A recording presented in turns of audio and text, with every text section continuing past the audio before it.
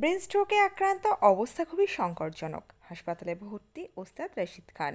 বিস্তারিত থাকছে আজকের এই রিপোর্টে। তো বন্ধুরা, অবশ্যই সম্পূর্ণ ভিডিওটি দেখুন। চ্যানেলে নতুন থাকলে চ্যানেলটিকে সাবস্ক্রাইব করে পাশে রাখা নোটিফিকেশন আইকনটি অল করে রাখবেন। আর আপনি ঠিক কোন জায়গা থেকে এই ভিডিওটি দেখছেন, জায়গাটির নাম আমাদের কমেন্ট বক্সে কমেন্ট করে জানাবেন, যাতে করে আমরা আপনাদের ধন্যবাদ জানাতে পারি।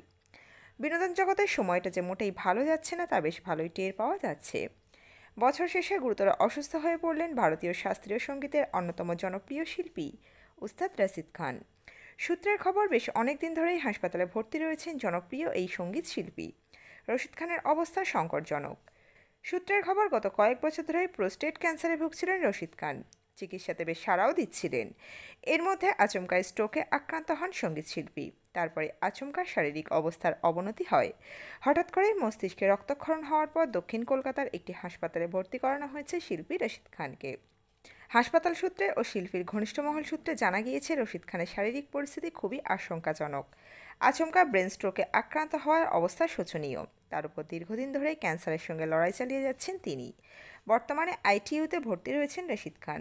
এই মুহূর্তে স্নায়ু বিভাগে চিকিৎসকেরা তাকে দেখছেন। এছাড়াও মেডিসিন এবং ক্যান্সারের চিকিৎসকদের গোটা টিম তাকে দেখাশোনা করছে। শিল্পী রশিদ খানের শারীরিক জটিলতার খবর শুনে উদ্বিগ্ন হয়ে পড়েছেন ভক্তরা। সকলেই তার দ্রুত আরোগ্য কামনা করছেন। তো বন্ধুরা, এই আপডেট ছিল এতটুকুই। দ্রুত ফিরে আসছি এরকমই নতুন কোনো আপডেট নিয়ে। অজানা গল্প চ্যানেলের সঙ্গে থাকার জন্য সকল দর্শক বন্ধুকে অসংখ্য ধন্যবাদ। দেখতে থাকুন, চোখ রাখুন অজানা গল্প চ্যানেলে।